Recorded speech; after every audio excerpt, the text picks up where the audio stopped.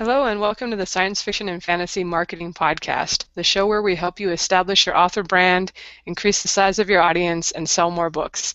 I'm Lindsay Baroker, and with me, as always, is Jeffrey Poole and Joe Lalo.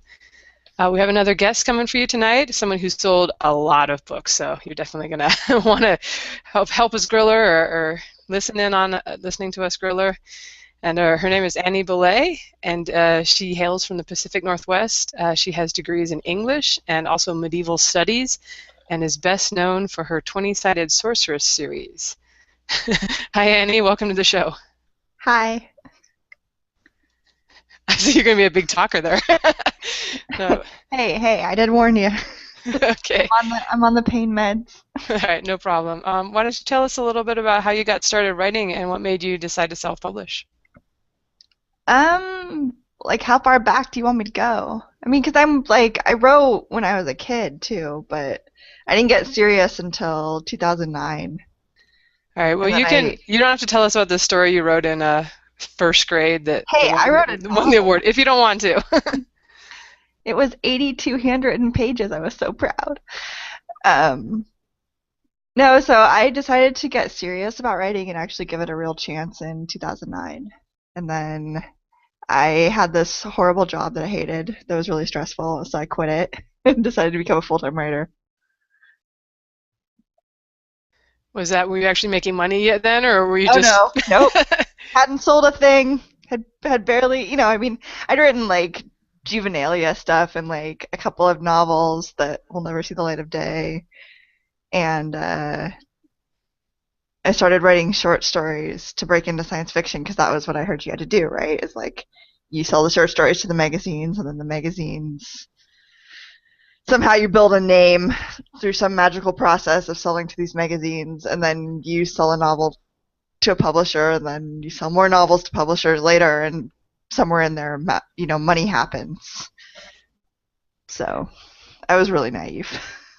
Well, I do actually know one person, one author, and we had her on the show, Beth Cato, who did that route successfully. Sold a whole bunch of short stories, got an agent, and that won some awards, I think, and stuff. And so it can happen. It did not happen to me, so I have to just live vicariously through others.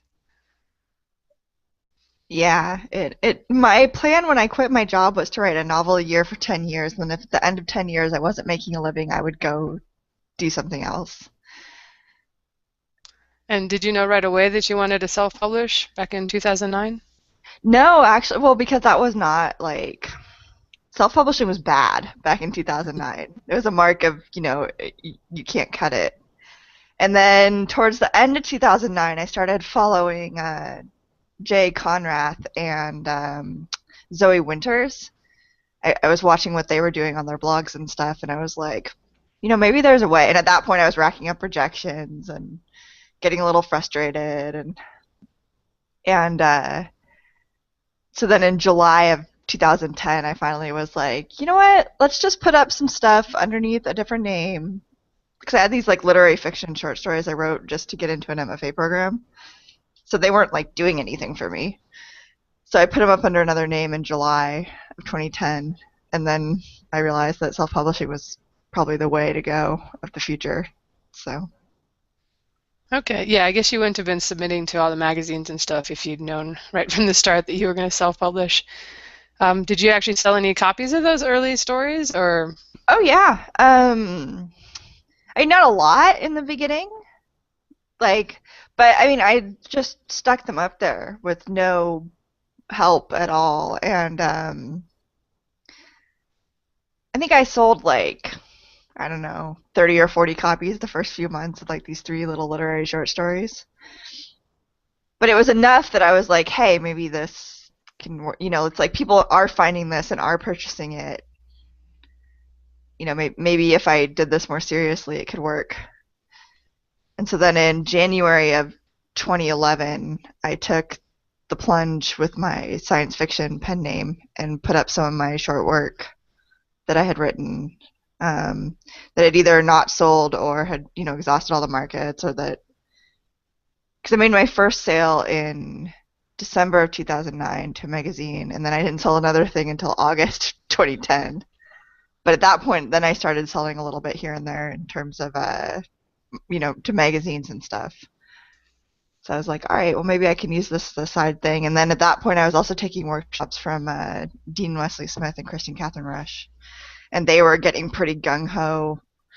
I started self-publishing before they did, but by the beginning of 2011, they were getting pretty gung ho into that, and so I was like, all right, we'll try this. All right. And when did you kind of start publishing your fantasy novels? I published my first novel-like thing in March of 2011, and Okay. that book has consistently underperformed to this day. It's Yeah. been through like 6 cover changes. It has a good cover now, finally, but like I there was a lot of learning curve on that book. Right. And did you start more with kind of epic fantasy type stuff, or I Um, know the you. first the first book I published actually is a sort of dark fantasy fairy tale romance kind of. So All I mean, right. you can see why it didn't sell. It's a Yeah, bit weird. I know all about the cross genre, not really easily defined stuff. Well, and I didn't write a sequel, and there is a sequel. It's actually like a duology, and everything gets explained and summed up and happily ever aftered in the sequel, which is like sitting at 25,000 words on my hard drive where it's been for like 3 years while I just haven't done it. All right. So is it kind of, I remember last summer we were both in a box set, the 9 by Night, and that's kind Yeah. of when I first noticed you. I saw your 20-sided Sorceress series just really take off. I know you had that first one at 99 cents and it was selling like mad. We'll probably ask you more about the marketing, but I'd love to kind of get your take on urban fantasy and sort of, you identify yourself as a, what is it, a nerd, gamer, and geek, or a writer, Yeah, author, gamer, geek on your website. Can you tell us little kind of little how that, bit of one. yeah, how does that all tie in, and how did it help you start that series? Well, so for 20-sided sorceress, at that point, it was funny actually um, because of that bundle is why I wrote those books. Because at that point, I'd almost given up on writing at all and was going to go get a day job because I was really sick last year and spent like 6 months bed rest before uh, from like January basically to June I couldn't do anything. So I was pretty much ready to give up, and then we were talking about doing this bundle and getting it organized, and I was like, all right, this could be my chance. And so I sat down and I made a list of everything that I really love to read about. And then I tried to write a series that completely fulfilled that list, and that became the 20-sided sorceress. So it wasn't a I mean, I love urban fantasy. It might be my top fantasy subgenre that I read. It's probably close in there with epic fantasy, but and so it was like kind of a natural fit, I think. And then I just wanted to I was just so sick and so tired and so frustrated by everything that I just wanted to write something that was really fun and that would be exciting to write. And so that's why I was like, all right, I'm just going to go full nerd on this, and just have fun. And if it doesn't sell, oh well, I'll be right where I am anyway. So who cares? Let's just go for it. Awesome. Well, I think it's really encouraging, probably to the listeners, to hear that not everybody hits it out of the blocks or gates or whatever, some sports analogy thing, with their first book or even their first few books. So, for those who don't know, I've just seen you selling tons and tons of those books. I don't know, your sales ranking was under like 200 or 300 in Amazon forever. So, Yeah, they hung out like the first 3 books all hung out in the top 500 for like months. It was awesome. But that day is over, alas. well, they still seem to be selling pretty well almost a year later. So Yeah, I, it's, I do okay. yeah. I mean, I'm finishing up book 6 in 11 months, so it's been a lot of work, but All right. Well, that's the cool thing about self-publishing is if you do have something that hits, you can actually be really quick to react and get more books out in the series. yeah. Well, and that was the thing is that was the biggest mistake I made before, besides publishing a lot of short fiction and not focusing on novels and series, was that I would write these first books and then I never followed them up.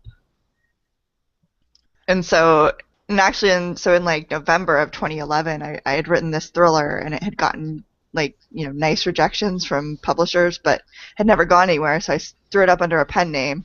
People were trying this price matching free thing, and that was back in the halcyon days when like you could price match something free, and then when it came back, it would have the same ranking, and so you could just shoot a book way up the charts. So I gave away like 20,000 copies of that book in a couple of days free, and then when it came back, it was selling like 50 copies a day at $5.99, and I didn't write a second book. I still haven't. That pen name has one book.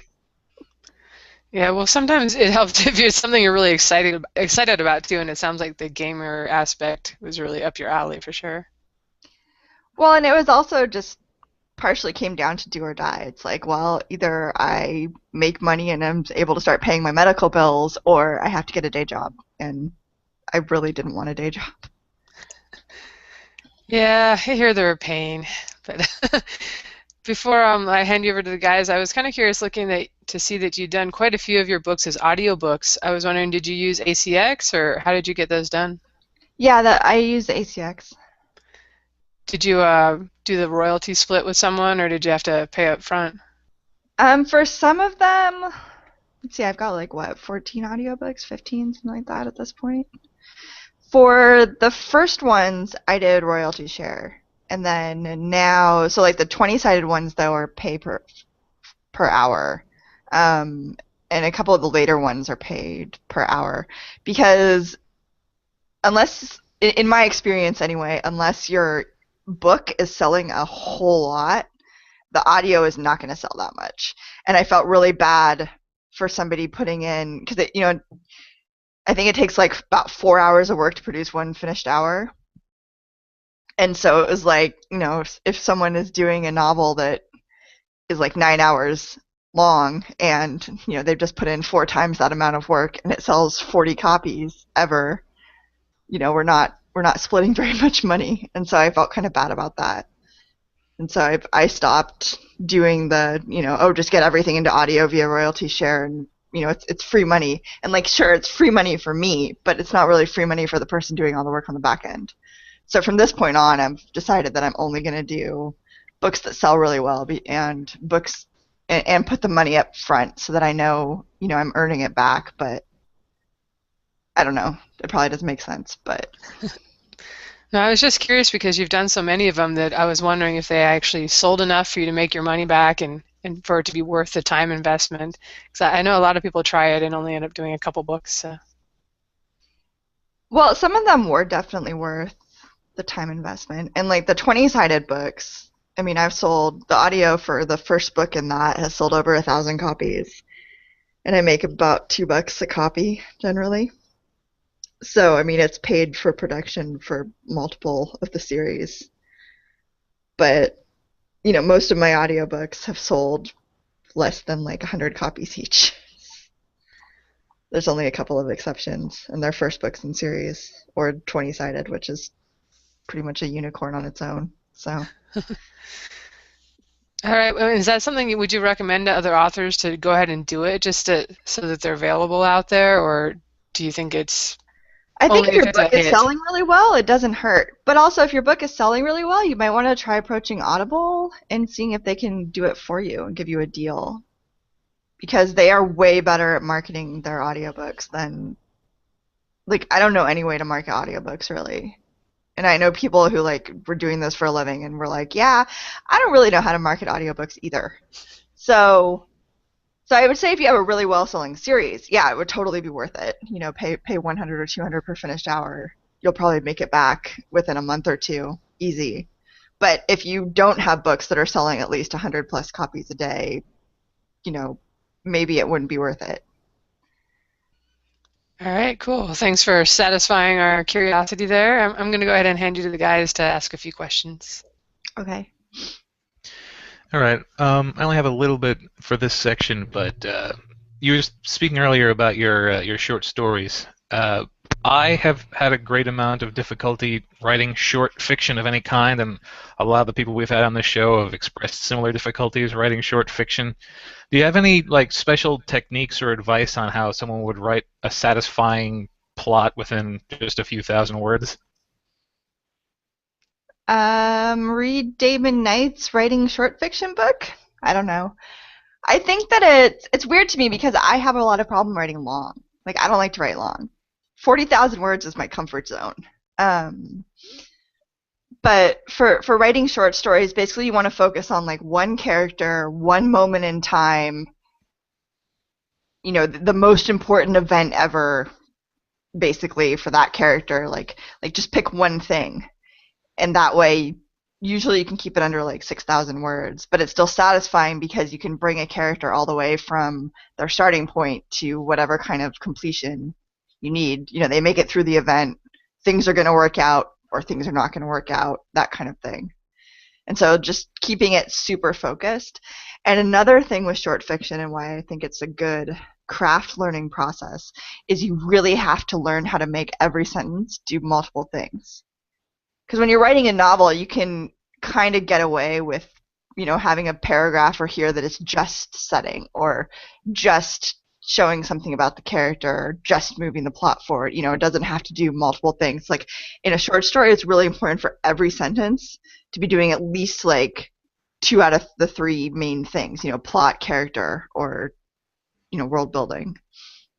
And so when I'm reading short stories that kind of drag or feel too thin to me or something like that, that's usually I start looking at the sentences and I'm like, oh well, they're not cramming enough into what they're the actual sentence structure, if that makes sense.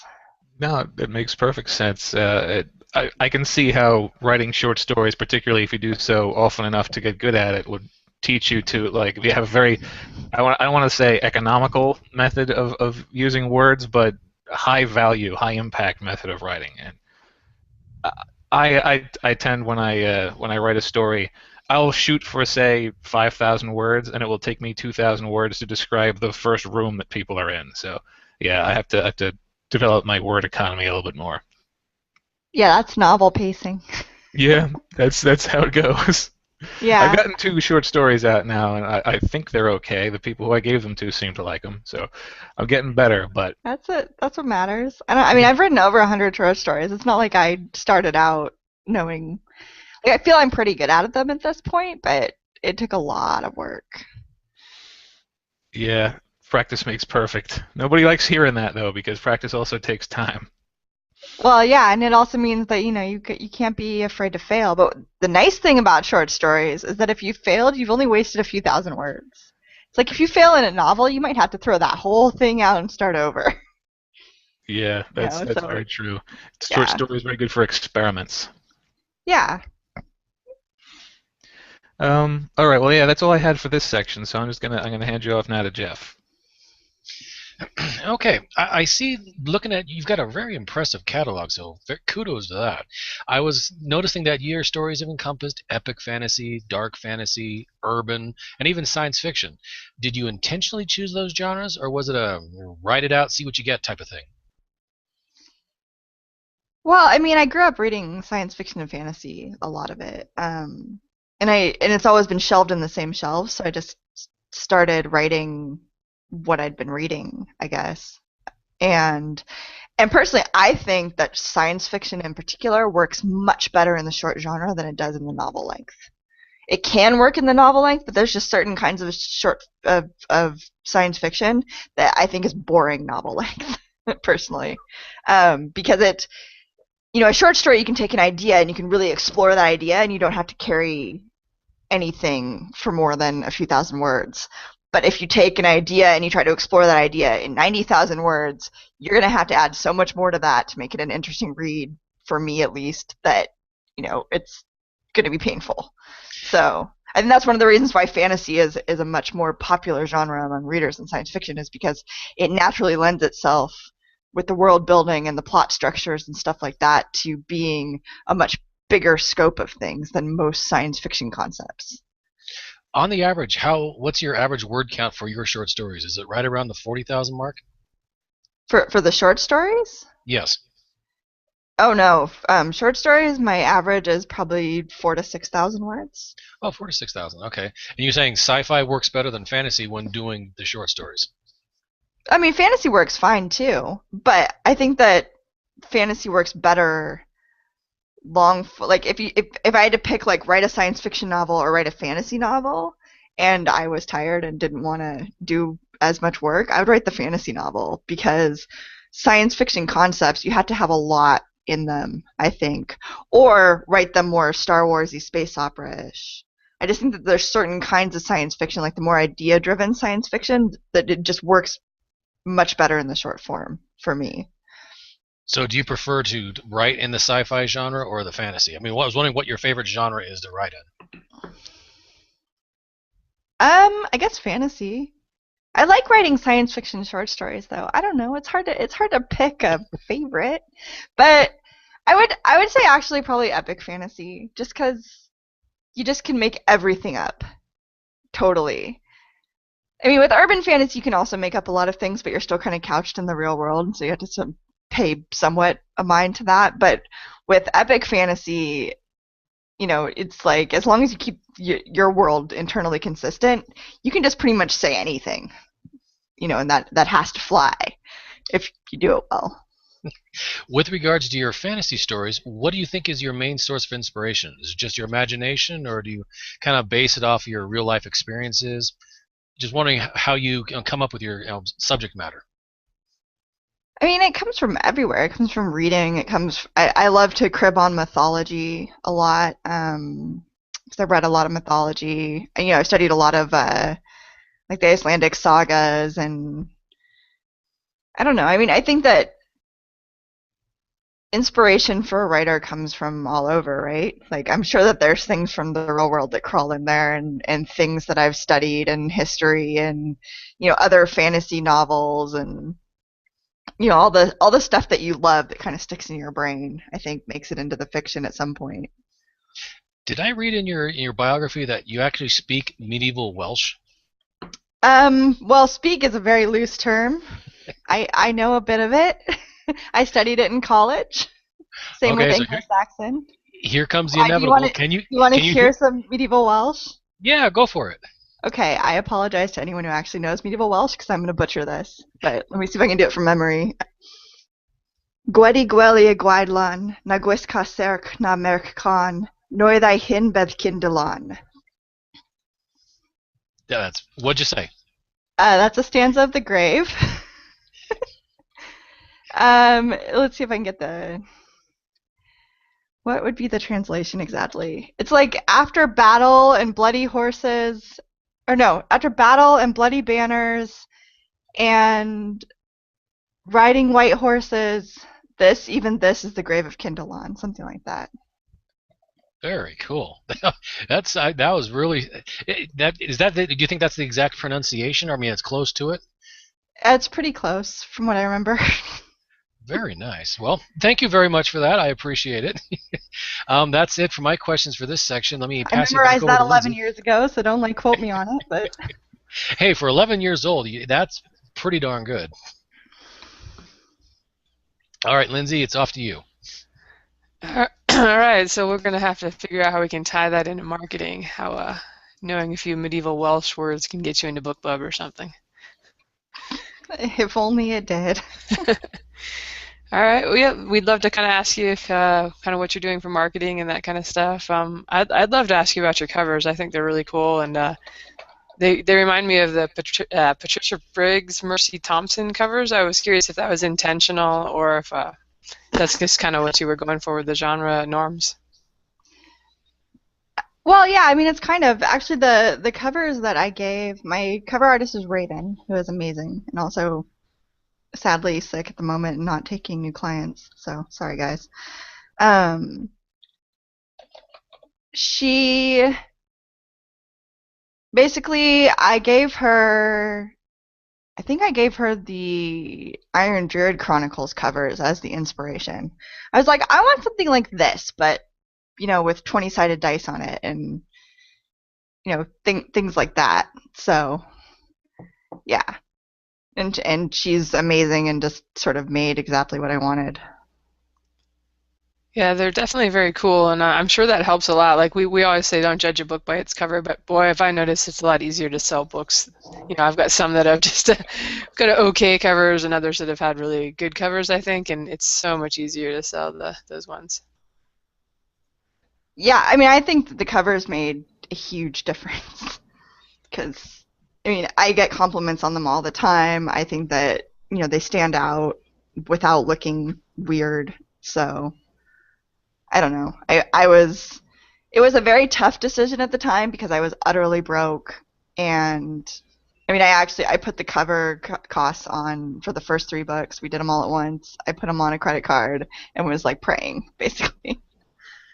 So I think in the end it was a good decision because I'd made a cover. Me and a friend of mine, we did covers for a while and we're doing our own and like they were good and the cover that I made was passable, but it wasn't wow factor. And I decided that if I was really gonna try to reboot everything in my career with this series, I needed wow factor. So Awesome. Well, I'm glad it turned out for you, and I'm sure you got that credit card paid off there. yep. No, Do you, it worked out. would you actually recommend that to somebody who's like starting a new series and might be thinking, oh, what's really popular in my genre, and kind of maybe going with a similar style of some series that's selling really well? I also love the Iron Druid covers as Yeah, well. I mean, I think that you should like.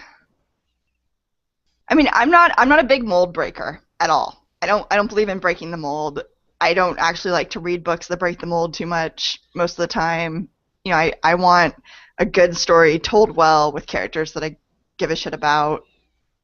And so that's the kind of fiction that I write. It's just like straight down the middle, you know, genre fiction, I guess. Like it's there to be entertaining. It's not there to like blow your mind with unique sentence structure or the cool literary design of the cover or something.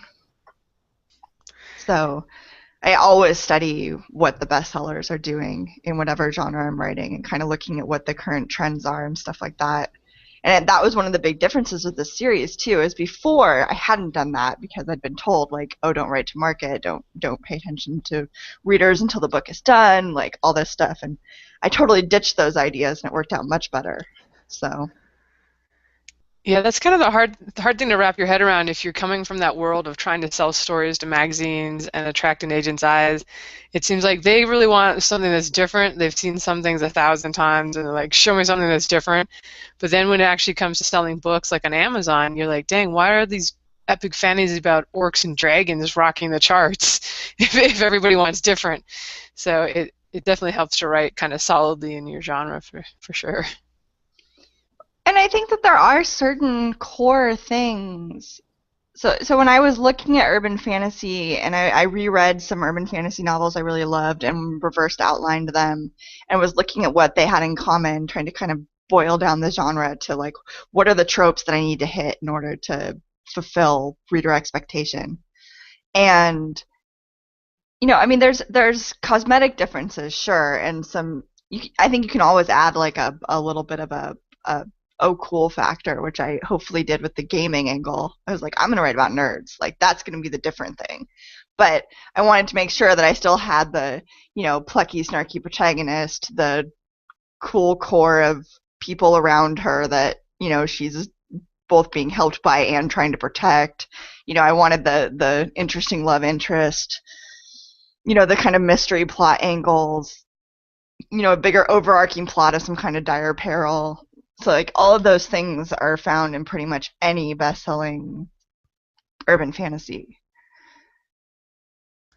Yeah, speaking of someone who sat down and tried to write urban fantasy and it kind of turned into science fiction with elves, I imagine it'd be a lot easier to sell more classic traditional stuff. But yeah, Hey, the 9 by Night bundles are pretty good. So, yep, not necessarily because of my book, but hey, well, whatever. we're happy to ride on some It's all right. coattails. But that actually leads me into my next question is, as we talked about before, we were in that bundle and, I think it sold, I don't know, definitely thousands of copies, if not tens of thousands at 99 cents. Do you think that really was key in helping your series take off, or were you doing anything else around that same time? I didn't do anything actually other than that, and I'm not sure. I think it was very helpful in terms of mailing list building, but looking at the number of copies the Justice Calling was selling not in the bundle, because actually Justice Calling has outsold the bundle. So I think I think in some ways, I'm sure the bundle helped with visibility, but I'm not sure it was like the key thing, because then I would have expected to see a lot more sales of book 2 and less sales of book 1 kind of thing. And I didn't even have a book 2 when the bundle came out. So, but it's like something happened with Justice Calling, and it just like hit a magic spot in the algorithms. And after, because it sold like 50 copies a day for the first couple days, and then it was kind of hanging out between 20 and 30 copies a day. And I was like, well, this is way better than anything I've ever done. Like maybe I can make something out of this. And on like day 11, it suddenly spiked up, and it went up over 100 copies a day before I'd even released book 2. And so I don't know. And and meanwhile, the 9x9 bundle was selling like crazy and in the top couple hundred, and so, but with the same book in it. So I don't know what the workings was, or how how many people came from the bundle to the sequel when it finally came out. What the sell through was. I'm not sure, but looking at other bundles that I've been in and the sell through is not really the reason to be in the bundles. It's like for the visibility and the mailing list, I think. Yeah, I've definitely had people tell me they found me via bundles, but it seems like a pretty small percentage compared to like if 30,000-40,000 copies of the bundle were sold or something. Yeah, and like 2 people tell you they found you because of the bundle. Yeah. Yeah, you're like, yay. But and I think it's useful, and I'm going to keep doing bundles. Actually, Justice Calling is going to be in a new one out soon. But I don't. It's hard to tell. Like, why did that book take off? I have no idea. Maybe it was the cover. Maybe it was the 99-cent price. Maybe I just hit some kind of missing thing in the market. It was probably partially the Nerd Legion, because we are Legion. And I think that people really appreciated a book about a nerdy character that was written by someone who speaks nerd and not dumbed down for anyone, or because I don't explain most of the references. I just kind of roll with it, and I'm like, well, if somebody doesn't get it, then they don't get it, and maybe they'll enjoy the book less, but they're not my audience. So yeah, I mean, I'm terrible when it comes to marketing, personally. I'm awful at it. There's something to be said too for just kind of getting a lot of books out there, and your luck is that much better of having one that kind of becomes a hit and strikes than if you just have one book. Well, yeah, and I think that also being willing to try different things, because I think that if I hadn't dropped everything and said, okay, I'm going to try this new series and start out, and I went with the 99-cent price, I think because was it Ed Robertson maybe convinced me to do it? Somebody I was talking to was like, oh yeah, I've been launching a new series with the 99-cent first book. I'm like, even without the second book? Like, it's like, well, what do you want? Like, what do you need now? Do you need visibility or do you need money? And I was like, I need both, but I really want visibility because that'll lead to money. And so I figured I would make the money on the second book. And so that's why I launched it at 99 cents. I'm like, I know that, even if this book sells well, I'm going to be making 35 cents a copy. It's not going to be the book that saves me from, the medical bills and stuff. But if I can get enough people into this series, the $2.99 book is going to sell, and that will make me $2 a copy, and then I'll be able to, pay bills. So, and that worked out. Yeah, I've definitely seen some people, really kind of hit it with the 99 cents. It's such a low barrier to entry that if people are like, oh, hey, cool cover, cool blurb, I'll just buy it. So, it definitely work. Yeah, and that's what I wanted, is I wanted to get through as much resistance as possible. I wanted people to be like, hey, this looks cool, it might be good. Like, oh, it's less than $1. Let's do it. And I figured if I launched it, $2.99 or something. Plus, it's short. And I wrote the first 2 pretty short because I wanted to write them fast, and I wanted to. Well, and I like writing short. I think I can tell a pretty good amount of story in 30,000 words. But I really wanted to make it so that I could release them quickly, and then if it took off, I could write longer books. And if it didn't take off, I could move on to something else, and I wouldn't have invested, 90,000 words or something into it. So. Yeah, we here are all like, oh, 90,000 words, that's a short fantasy novel. But no, that seems like a really great strategy because it's not like you can sell a novel for a whole lot more if it's 200,000 words versus 50,000 words. So it seems really smart to do that. Yeah, I mean, who is it? Is it Mimi who says that anything over 35,000 words is charity? It sounds like her.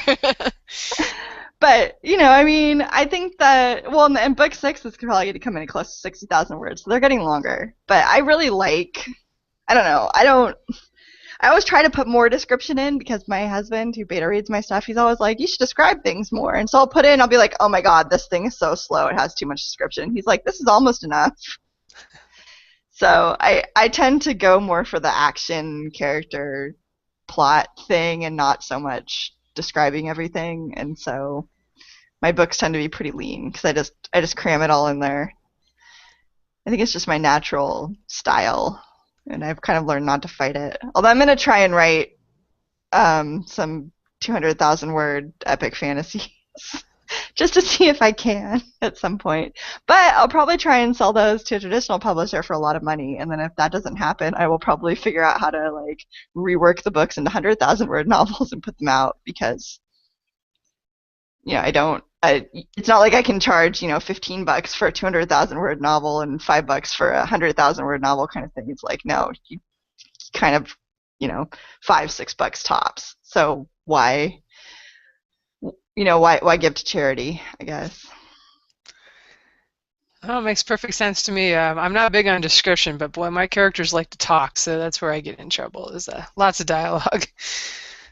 One more thing I wanted to ask you about before handing you to the guys is I've seen you mention on K-Boards that you've tried pre-orders and maybe did them for like your third and fourth books or something, but then fourth and fifth, yeah. Yeah, but now you're saying no way, I don't want to do pre-orders anymore. Could you tell us a little bit about your experience and what you're thinking on them as far as now goes? I'm not doing pre-orders anymore. That's my thinking on them. So when I released book 3, it pulled up everything. Like it shot everything back up into the top 500. It hung out in the top 500 itself. Like there was this big series boost from releasing it. And then I did pre-orders on book 4 because I was like, oh, hey, we've got this pre-order thing. Let's try that. And at first I was really excited because my book was on the hot new release list for months. And I did a 2-month pre-order, I think, right? September, October. No, I did a 3-month pre-order? 2.5 months, something like that. Anyway, it doesn't matter.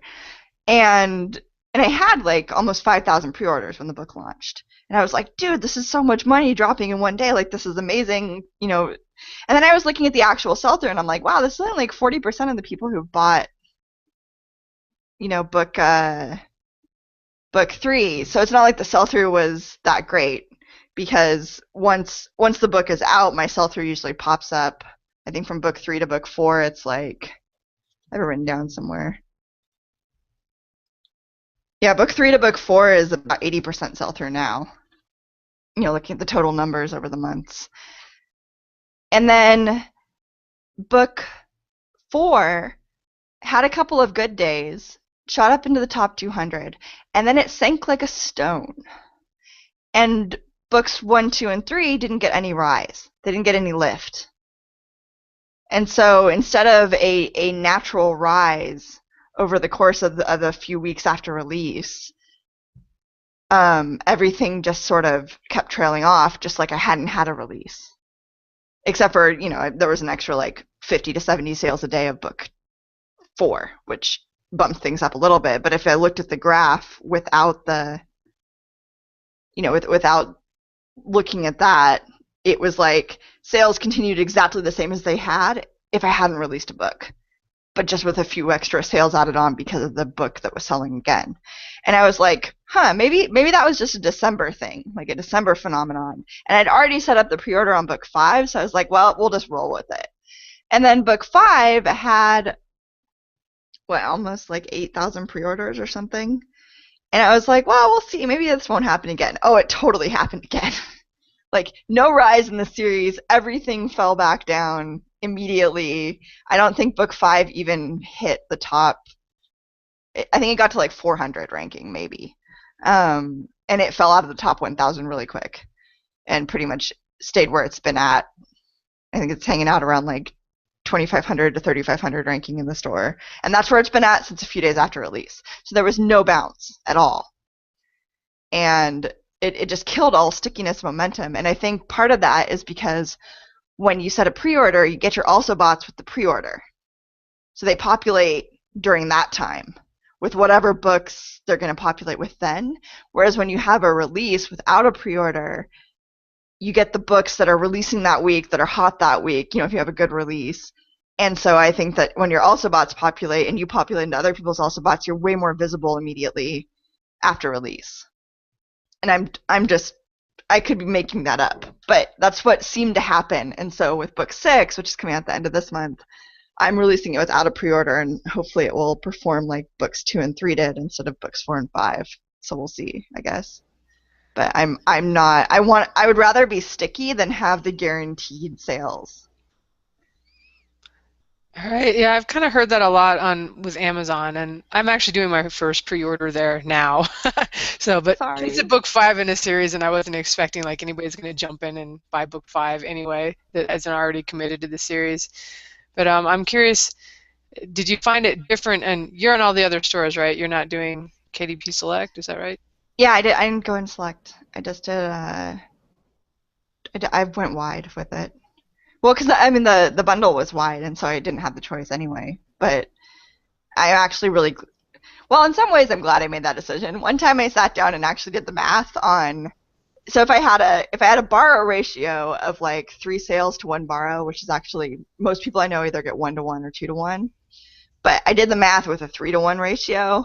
I lost like $20,000 by not being in KDP Select. But I don't know. Right now I have, especially after putting the first book free and getting a BookBub, like I've got, my sales have been generally climbing on all the other sites slowly, to the point where if like Amazon disappeared in a cloud of smoke tomorrow, the money I'm making on the other sites, provided it didn't die also, would pay my rent. And so I feel more stable as a writer because I have that instead of being all in. And so I'm giving up like, money for sort of a tenuous feeling of security, I guess. I don't know. All right, and did you find that the pre-orders, did you do them on the other sites, and was it any different? Because, I've heard that there it actually helps you on release day. I did a short pre-order on, because they want you to have the final file.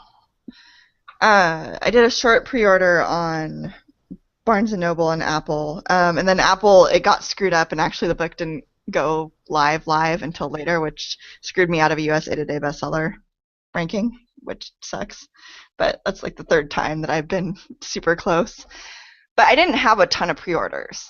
I think I had like 150 pre-orders through Barnes & Noble and maybe 80 through Apple. So, compared to Amazon, it wasn't much anyway. All right, well, I'm going to see for myself here because, yeah, I'm the same way. I've got like some thousands on Amazon and like, I don't know, it's hard to tell because I'm going through Smashwords, so I'm not sure how accurate it is, but so far the numbers on Barnes & Noble and on iTunes are kind of looking unimpressive, but we shall see. It's an experiment. Why not draft digital? They're so nice. Oh, I know. I chatted with them on another podcast, and it's just that they weren't around when I started. So I'm too lazy to. I've been slowly transitioning, and all of my new stuff is going up because Smashwords just keeps, like, I'll update something in a description, and then it will tell me the file is wrong, and I'm like, this is the file that has been for sale on this site for 3 years. What's wrong with it? And so I've pretty much given up on them. I'm like, I don't want to go through 50 emails while you figure out that nothing is wrong. Thanks. I don't have time for that. Yeah, I'm just going direct anywhere I can now, but with the pre-orders, I think I couldn't on Barnes & Noble, so that's why I don't think you can do them direct on Barnes & Noble. All right, but thanks for answering my questions. I'm going to hand you over to Joe now. He's got a few for you, too. Yep. Okay, so first, looking at your book list you were speaking about Kindle Select versus going wide. I noticed that a lot of your stuff is widely available, but you still got some stuff on Kindle Select. What's sort of your strategy with Kindle Select, and how's it working for you? So the series that I have up in Select, I have the first book wide. It's a novella series, an epic fantasy novella series. How's that for an oxymoron? And so the first book is perma-free, and it's everywhere. And they're all written so that they can be read in any order, and they're kind of standalone. Although everybody seems to read them in order anyway. And then I decided that since I was making zilch with them on the other sites, that I would test. So once KU came out last year, I was like, let's go in with the other 3 novellas and see what we do. And I don't get a ton of borrows. Actually, I think last month was like 125 borrows. So it's not a lot, but it still works out to more money than they were making on the other sites. So I think it's kind of like I don't mind those being in. And so I'm going to release a 5th novella this year in that series, and then I'm going to write a trilogy of novels sort of related to that. I mean, with the same characters and everything, but they're going to be, it's going to be a novel trilogy, so it'll be different. And that I'm going to put wide, I think. So the novella will go into select. And so if people want to read the novellas other than the first one, they'll have to go through Amazon. But for the novels, I'm just not sure that it makes sense for me at this point to, have a $4.99 book that you can borrow and I'm going to get paid $1.40 on, kind of thing. Like, it just doesn't. I don't know. I would just rather have the option of having the other sites, and and as I said, my income on the other sites has been growing. My sales have been growing. Even Kobo has getting some sales for me these days. So. Google Play and stuff. So I feel like there's just a lot more options when I'm not in Select, because then I can run different promos. I can put something perma-free if I want to. So, yeah. So I don't think KU is bad. And I think if I was writing purely serials or all novella-length stuff, I might just go all in with it. But for where I'm at now, like, I don't think I would put longer work into it, just because I want my stuff widely available and to have that security of having it widely available. And I want the opportunity to perma-free things if I want to and stuff like that. And you just lose a lot of that with Amazon when you're direct. Yep, that's been my observation as well. I'm you and I are of one mind on the subject of being wide, if for no other reason than to have a safety net if something goes wrong in any one of the other distribution places. And although I tend to underprice my books, so probably the profit end of losing sales in favor of borrows wouldn't affect me quite so much. I still would prefer. And, I mean, I probably would make more money if I was all in with Amazon. That is a reality that I have just decided to deal with. So, I think it's a trade-off of, like, what do you feel is best for you? And I like being wide, and I like having that freedom. Likewise. And I also know that a tremendous number of my most vocal fans are not reading on Amazon. They're Nook readers or iBooks. So I would hate to sort of leave them out in the cold. Well, they can get an app, I guess. But yeah, it is nice to have multiple formats available. All right. So my next question is, in your Amazon author profile, you mentioned being Hugo Award nominated. And from my research, it looks like you were involved in the recent Hugo unpleasantness. Do you have any thoughts on that? I'd rather not talk about it. I suspected that would be the case. I mean, I will always be Hugo Award nominated because I withdrew. It's not like I declined my nomination technically. So George R. Martin said I can have a Hugo Losers ribbon at Worldcon, so good enough for me. But yeah, I'd just rather put that whole mess behind me. Sorry. All right, so slipping to, we'll sidestep it and say a lot of people seek accolades and bestseller lists and awards. Do you think that awards have any legitimate marketing advantage, or is it just a line in your resume and something to make you feel better? I think it probably helped me get a book bub, because they rejected me like 27 times, and then after I was nominated, they took me. So well done. But who knows, So I think in some ways that kind of thing can help. But I mean, honestly, the best way to have more success is to be successful, that I found, which is a sucky like evil loop that you can get stuck in, because it's like, well, if I had success, I could get more success. But it's the kind of thing where it's like you want agents to give you phone calls, sell a lot of books. Yeah. You want good publishing deals, sell a lot of books. You want Amazon algo love, sell a lot of books. You want lots of reviews, well, sell a lot of books. And so it's this like, well, how do I do that without these things? And so you end up with like trying to create chickens from, eggs and eggs out of chickens, and like, well, I need a chicken or an egg to start with, or I'm not going to have either. And so I think that sometimes things like awards can help with that, in terms of maybe they'll give you that little boost or something. But I think it's also probably pretty hit and miss. Yeah. I've sort of felt, and maybe it's just because I don't have any awards, but I've sort of felt that an award is a little bit like a diploma, where, yeah, you earned it and congratulations that you did, but it's what you picked up along the way that gets you to the next step, and not so much the piece of paper or the words written on a certificate. Yeah, I mean, I think that for at least like big awards and stuff, they're a they're a symptom of your success already. Because you're not going to get nominated unless you're being read, kind of thing. So I think it's the kind of thing that generally don't happen to someone out of the blue without that person already seeing some kind of level of success.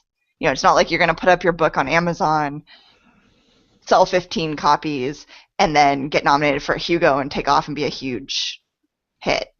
Yep. You're probably not going to be noticed. As harsh as that sounds. At the very least, you need to be widely read before somebody with enough influence nominates you, and at that point, if you're widely read, then you've got the success that you were looking for, hopefully. And it is unfortunate. It's unfortunate, as you were saying, that it seems like the mechanisms out there that help you sell more books only start helping you when you stop needing the help. Like, once you've got your footing, then you can run. But until you get your footing, you're just stuck. Well, I don't think you ever stop needing the help. Well, but yeah, I mean, there is a, who was it? Somebody did a really great post on Kboards once.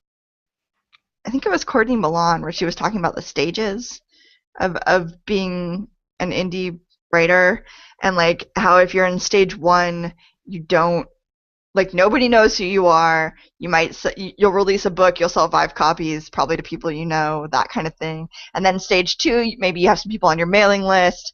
You can release a book and you're going to sell like 50 to 100 copies the first month, like to people that you don't know. You're starting to gain a little traction. And then stage 3 is like where you've got hundreds of people on your mailing list. You put out a book, it's going to sell a few hundred copies. And then stage 4 is like, getting more towards like Courtney Milan and Hugh Howey and stuff like that. But the hardest stage to get out of is stage 1. And I think a lot of getting out of stage 1 is, I mean, you can be strategic and you can do, the things that consistently work for people, which doesn't mean it's going to work for you the first time you try it, of course. But I think that a lot of what the beginning struggle is getting out of that stage 1, is like, how do I get read? How do people even know who I am? And so I think that that's where a lot of, and so worrying about awards and accolades and stuff like that, I think is counterproductive, because that is not a stage 1 writer problem.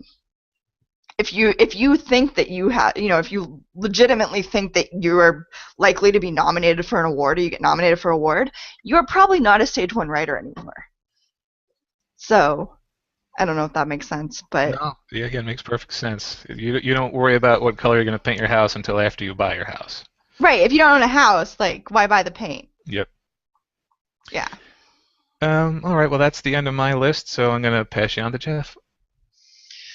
Alrighty, Annie, you mentioned that you aren't exactly the best at advertising. I'm just kind of wondering, you've obviously tried doing some advertising. Which one has had your best return of investment, do you think? BookBub? BookBub. I finally saw what all the fuss was about.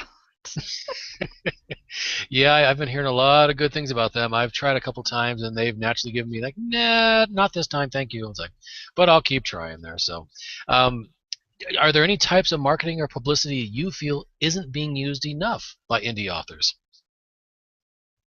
Well, there's always the advice like write the next book. I think that some people, the people that make me saddest that I watch the careers of, because I stalk quite a few people and have for many years now, is either the people who write a book that really takes off and does very well and they don't follow it up, like, because I've seen that happen. I've seen people hit the New York Times list and then they don't write another book, or they write a book that is totally sideways and has nothing to do with the first book and is in a totally different genre or different length, or it's just something that like they are not going to capture any of the audience that they already got. And like those people make me so sad, because it's like you hit gold and you're like, well, the gold's over there, I'm going to go try this mountain. It's like, what? Why? What? Yeah, I've And done that also a few the times. people who have like, they'll write like 8 or 10 books in a series, which is great, except for that series doesn't sell. And so instead of trying to either revamp everything to get it to sell, like maybe they have it marketed to the wrong genre, maybe their covers suck or aren't genre appropriate, maybe they don't have a funnel going. It's like those people also make me really sad, because I think you can get stuck too hard in just doing one thing over and over again and hoping it'll work differently. And that's a real danger when you have total control. And so I think that while writing the next book is really great advice, I think another thing that probably writers could do more, and probably I should do more of this, is not be afraid. Like, one, follow up the good things, like the things that are working. Even if you're like, and all of this advice obviously is for people who really care about the money business side of things, because I'm a total mercenary. So that's what I speak to. Like, the writing and craft is your art, but if you're going to publish, you have to acknowledge that you're entering a business, and that you're going to get creamed if you don't treat it like a business. It's not like you can be all lovey about your beautiful sentences or whatever, but if your books aren't selling, you can't look at them as your babies. You have to look at them as, they're, no, that analogy is terrible. But basically I see it as like I'm a pimp, right? And my books are, they're my bitches. And like I put them out there, and if they don't have the right lipstick or whatever and aren't earning me money, then I have to like, I have to clean those bitches up or take them off the street and put out new bitches. Like, I'm going to get so much hate mail. But I think that analogy, though, there's a lot of people that can relate to it, because it paints a perfect picture of exactly what you're talking about. So, well, like I don't think you can be precious about it. And so I think that the thing that I see the most among indies who are failing to break out, I think, is that they get precious. And they might even acknowledge it, that they'll be like, oh yeah, I know my covers aren't exactly like this, or I'm not doing this, or but people will love it anyway for what it is. And it's like, no, your baby is ugly and nobody loves it but you. Like, we don't like to say that, but and so I don't know. I'm getting mixed up with prostitutes and babies now, so it's getting weird. Playing the medication. Okay, social media. Are you for or against? I am for it, I think, except for I think it should be used. I don't use it to sell books. Like I'm terrible about updating my author Facebook page, for example. I use Twitter to just have funny conversations with friends and post cat pictures, but like people who use social media to try and sell. It's the same thing with people trying to like network at conventions. If you can tell if somebody is desperate and trying to just get you to listen to them talk about their stuff, and nobody wants to be around that person. And I think that social media should be used the same way. Like, be excited, connect with fans, talk about the things you're excited about, and just be you, and don't worry so much about oh, well, I've got 400 people who like my Facebook page, but when I put out a book, it only sells 5 copies. Why aren't those people engaging? I must, post 15 more times on my Facebook. It's like, I don't really care. So. Yep, I hear you. And I think if you hate social media, you shouldn't do it, because that's going to come across too. Like, if you're treating it like a chore, I think people will notice, and you're gonna notice, and you're gonna be miserable, and like, who has time for that? Merchandise or swag. I mean, do you actually like have any of your stuff like on like use like Cafe Press or Zazzle or anything like that? No, it's on my list of things that I want to do. I actually want to. There's a couple companies I'm thinking of contacting to see if I can get special 20-sided dice made just for this series to give away, or I don't know, have available for people. And when I do like signings and stuff, I give away a D20 with every book. Oh. Very cool. Do you have fans actually make you stuff and like send you anything? No. My fans are like the faceless masses. They send me emails sometimes telling me how I'm wrong about things. Okay. Like how unicorns are horses, so they have hair, not fur. And I'm like, okay. Next time you pet a unicorn, send me a picture. Okay, I need you to do me a favor. I need you to ask Lindsay what that thing is on her top shelf over on the right corner of her screen. Like the red dildo looking thing? That would be the thing, yes. She went there. We had a romance author on, and she didn't even go there until we stopped recording. Hey, I've already talked about my books as like prostitutes, so you know, we're there. We're 100% down this road. For your information, It's a kraken, and it was knitted by a fan. Thank you. It might be crochet. I can never remember the difference. Well, squid was going to be my second guess, but dildo was funnier. It would be a really substantial dildo. You clearly do not watch enough porn. That thing's about average. Like 1.5 feet tall. Well, I'm definitely done with my questions. Lindsay, back to you. All right. On that note, I'm going to kind of close things up here. I would just say that I have some really cool steampunk dice that I can't read when I roll them. So if you actually get cool dice made, make sure that you don't have to have like 15 vision in order to actually read the numbers on them. Yeah, they would probably be pretty standard. Although I might get them made in metal, in which case they're not really for rolling; they're more for having. Because I have some metal dice that are really cool, but you do not want to roll those things on for the throwing table. at people that piss you off, maybe. Yeah, like the GM Be Nice dice. Yeah. All right. Kind of in closing, do you have any parting advice for authors or thoughts on what the next big thing will be for marketing?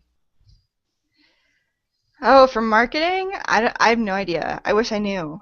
Because there's just so many different things you can try, and I don't know what, and some things work for some people and they're really good at it. And so I think that what is going to stay constant is just writing good books and making sure that all of the stuff under your control, like the covers and the editing and the formatting and all of that, is as a top of product as you can make it, because I think those are the kind of books that are going to last in terms of, I mean, yeah, we all know like the books that have the terrible covers and typos that make you want to stab your screen that sell like gangbusters. But often if you go back and look at those books a year later, nobody's reading them. And I think it's the ones that really, I think if you focus on making a quality product first and foremost and getting it positioned right in terms of how it looks and everything like that those are the books that are going to have the best chance of still being read in 5 years, or that will sell consistently. And so I think that's the most important thing, is just to and I realize like in some ways that's more of like a craft thing than a marketing thing, but I think that a really good book is your best marketing, because people are going to read it and they're going to talk about it and they're going to be like, oh my god, that book that I read, that was so kick-ass, it did this, this, and this, like, you gotta read this. And that's what you really want, is people going to other people and saying, you gotta read this. Because that's how you build, an actual fan base, I think. So I don't think that's gonna change. Yeah, definitely good advice. And if you keep plugging along and doing the thing and you publish 10 books, when you finally do get that little chance, and manage to stick in the Amazon algorithms, then you've got 9 more full-price books that people can go on to buy. So. Well, and they will cross, because like 20-sided pulled up my whole catalog. None of the other books sell as well as that series does, but it yanked everything up. And so I think I see like an 8% crossover, which is small, But when you think about it in terms of like one series selling tens of thousands of copies, that 8% actually becomes a significant number. So, I think it's worth it unless you have a book you're really ashamed of or something and like that nobody should read. Then maybe you pull it. Like I've pulled some short stories and stuff because I didn't want my Amazon page to look like a big clutter of short stories. I actually have less products out now than I used to. Like at the beginning of 2014, I had like 40 books up in terms of like short stories collections and stuff like that. And I pulled a bunch of them and I made some other ones free. But I think it's as long as the stuff you're writing is close enough to the thing that takes off, I think it is going to lift everything in my experience. And so it's totally worth. It's not like that effort before is wasted effort just because you wrote a book that didn't sell as well as the book that's selling now. Yeah, definitely true, and I've experienced the same thing. So hopefully people will be encouraged that just because your first series isn't like a huge hit, that doesn't mean it can't sell a lot later. But yeah, for closing out, why don't you tell us kind of like where people can find you and maybe which book you want them to start on if they want to check it out? Well, they can start on Justice Calling, unless they really like epic fantasy, in which case they should probably read the Griffin Pike Chronicles. Although you can pretty much hear the dice falling on the table in those novellas, just to warn you. They are unabashedly like D&D fanfic, pretty much. Like they're my version of, it's basically a homebrewed game written as a story. So, and my website is anniebellett.com. It's pretty easy to find me. All right, great. And we'll put links on the website at marketingsff.com, which I can never pronounce or remember the right number of Fs. And so if anybody wants to check you out from there, we'll have all your links up. And thanks a lot for coming on the show today, Annie. Cool. Thanks for having me. Thanks for all the info. Hopefully it was helpful. It was great. Thank you. All right. Bye-bye.